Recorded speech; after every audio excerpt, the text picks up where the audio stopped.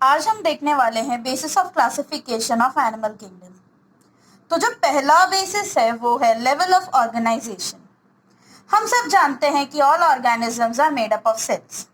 तो जो पहला लेवल ऑफ क्लासिफिकेशन है वो है cellular level of organisation.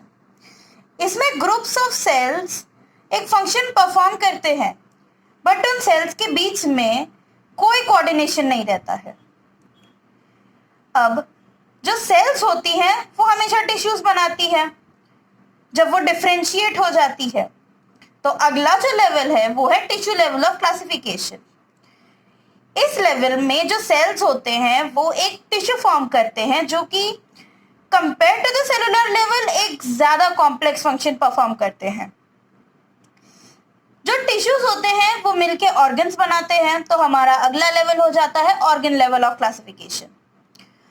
Organ level में टिश्यूज एक ऑर्गन बनाती है, वो ऑर्गन एक कॉम्प्लेक्स फंक्शन परफॉर्म करती है by the contribution of various groups of tissues.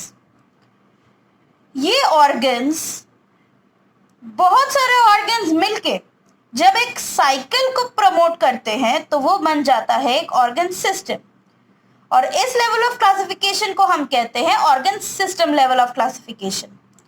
जैसे कि डाइजेस्टिव सिस्टम, इसमें हम देखते हैं हमारे पास है स्टमक, लिवर, इंटेस्टाइन्स, जो कि इंडिविजुअली ऑर्गन्स हैं, बट वो मिलके एक पर्टिकुलर फंक्शन परफॉर्म करते हैं जो कि है डाइजेशन का, और सिस्टम का नाम हम दे देते हैं डाइजेस्टिव सिस्टम।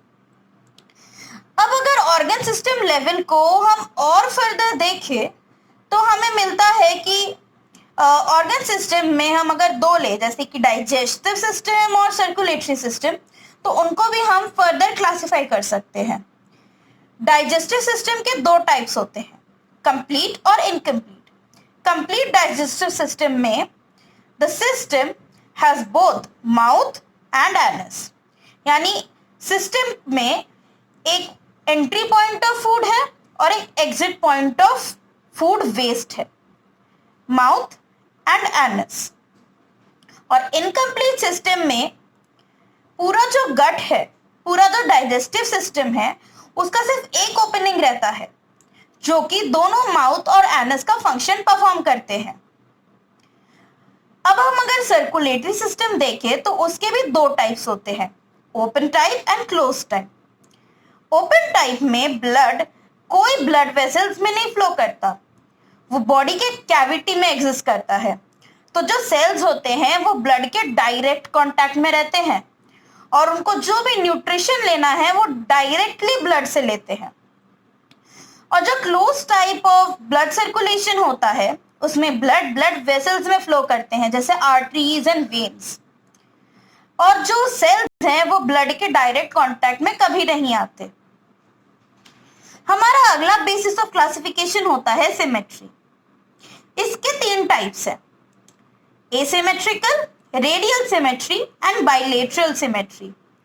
एसिमेट्रिकल यानी एक ऐसा ऑर्गेनिज्म जिसमें कोई सिमेट्री ही नहीं है, उस ऑर्गेनिज्म को हम किसी भी तरह दो इक्वल हाफ्स में डिवाइड नहीं कर सकते।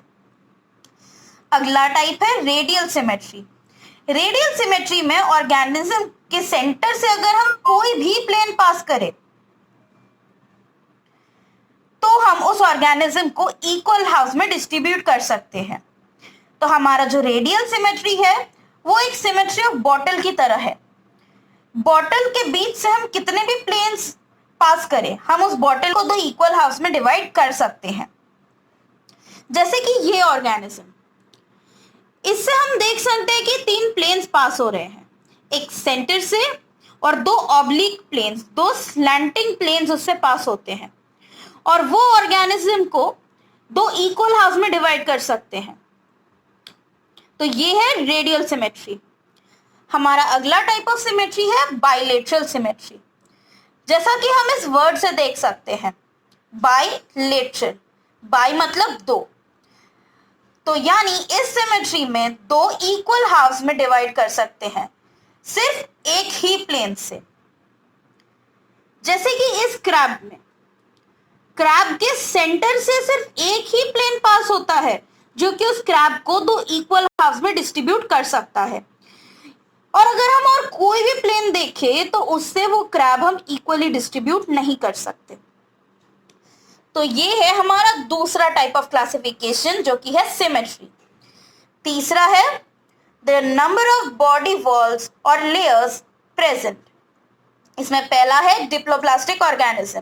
डिप्लो मतलब 2, यानी इस ऑर्गेनिज्म में 2 बॉडी वॉल्स प्रेजेंट है। एक्टोडर्म यानी आउटर मोस्ट सबसे बाहर का लेयर, और एंडोडर्म यानी सबसे अंदर का लेयर। हमारा जो दूसरा वैरायटी है वो है ट्रिप्लोब्लास्टिक ऑर्गेनिज्म। ट्रिप्लोब्लास्टिक यानी ट्रिप्लो, 3 लेयर्स। इस ऑर्गेनिज्म में 3 लेयर्स प्रेजेंट रहते हैं। एक्टोडर्म सबसे बाहर का लेयर, मेसोडर्म बीच का लेयर और एंडोडर्म सबसे सेंटर का लेयर।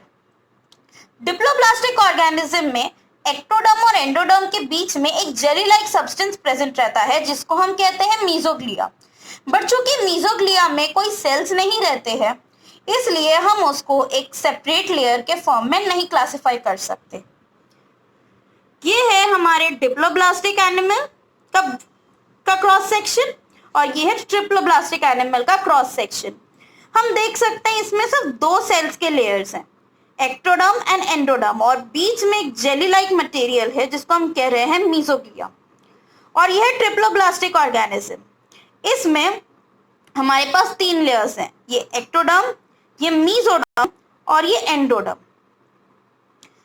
हमारा अगला टाइप ऑफ क्लासिफिकेशन है प्रेजेंस ऑफ बॉडी कैविटी और सीलोम। और ये बॉडी कैविटी भी कोई एक स्पेशल बॉडी कैविटी है जिसको कि मेसोडर्म ने लाइन किया हुआ है, एंड दैट मेसोडर्म इज भी एक्टोडर्म और एंडोडर्म के कांटेक्ट में रहता है। इसमें हम 3 टाइप्स देखते हैं, सीलोमेट्स, एसीलोमेट्स एंड सूडोसीलोमेट्स। सीलोमेट्स के अंदर ये बॉडी कैविटी प्रेजेंट होता है, एसीलोमेट्स के अंदर ऐसा कोई बॉडी कैविटी प्रेजेंट नहीं रहता, और सूडोसीलोमेट्स में